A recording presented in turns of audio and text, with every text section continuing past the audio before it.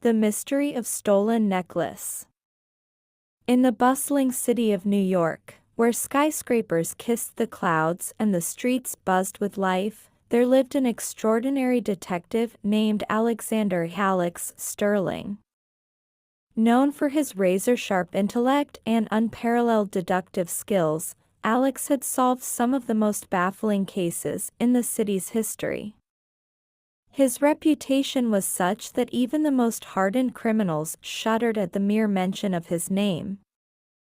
One crisp autumn morning, as the golden leaves danced in the breeze, Alex received an urgent call from the prestigious Van Buren family. Their priceless heirloom, a diamond-encrusted necklace known as the Star of Eternity, had mysteriously vanished from their heavily guarded mansion. The necklace had been in the family for generations, and its loss was not just a financial blow but a deep emotional wound. Alex arrived at the Van Buren mansion, a grand estate that exuded old-world charm. He was greeted by Lady Eleanor Van Buren, a dignified woman in her 60s, whose eyes betrayed a mix of sorrow and desperation. "Detective Sterling, thank you for coming on such short notice," she said, her voice trembling slightly. "Lady Van Buren, I assure you, I will do everything in my power to recover your family's heirloom," Alex replied, his tone calm and reassuring. He began his investigation by examining the scene of the crime. The necklace had been kept in a glass case in the mansion's private gallery, a room accessible only to family members and a few trusted staff. There were no signs of forced entry, and the security system had not been tampered with. It was as if the necklace had simply vanished into thin air. Alex's keen eyes scanned the room, taking in every detail. He noticed a faint smudge on the glass case, barely visible to the naked eye. He carefully collected a sample and sent it to the lab for analysis. Meanwhile, he interviewed the family members and staff, looking for any inconsistencies in their stories. Lady Eleanor's son, Richard, was the first to be questioned. A successful businessman in his 40s, Richard seemed genuinely distraught over the loss of the necklace. He explained that he had been away on a business trip when the theft occurred and had only returned that morning. Next, Alex spoke to the housekeeper, Mrs. Thompson, a loyal employee who had served the family for over 20 years. She insisted that she had locked the gallery door the previous night and had found it still locked in the morning. As the day progressed, Alex's investigation led him to the mansion's security team. The head of security, Mr. Harris, was a stern man with a military background. He assured Alex that the security system was foolproof and that no one could have bypassed it without his knowledge.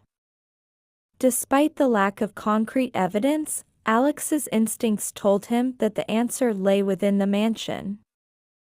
He decided to stay overnight, hoping to uncover any clues that might reveal the thief's identity. As the clock struck midnight, Alex sat in the dimly lit gallery, his mind racing with possibilities. Suddenly, he heard a faint creaking sound. He turned to see a shadowy figure slipping through a hidden panel in the wall. Without a moment's hesitation, Alex sprang into action, pursuing the intruder through the darkened corridors. The chase led him to the mansion's basement, where the figure disappeared into a secret passage. Alex followed, his heart pounding with anticipation. The passage opened into a small, dimly lit room filled with old furniture and dusty relics. In the center of the room stood a tall, slender man with a sly grin on his face. "Detective Sterling, I presume," the man said, his voice dripping with sarcasm.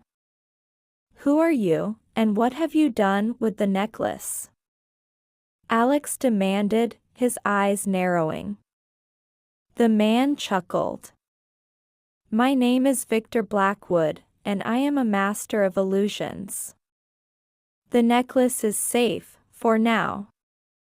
Alex's mind raced as he tried to piece together the puzzle.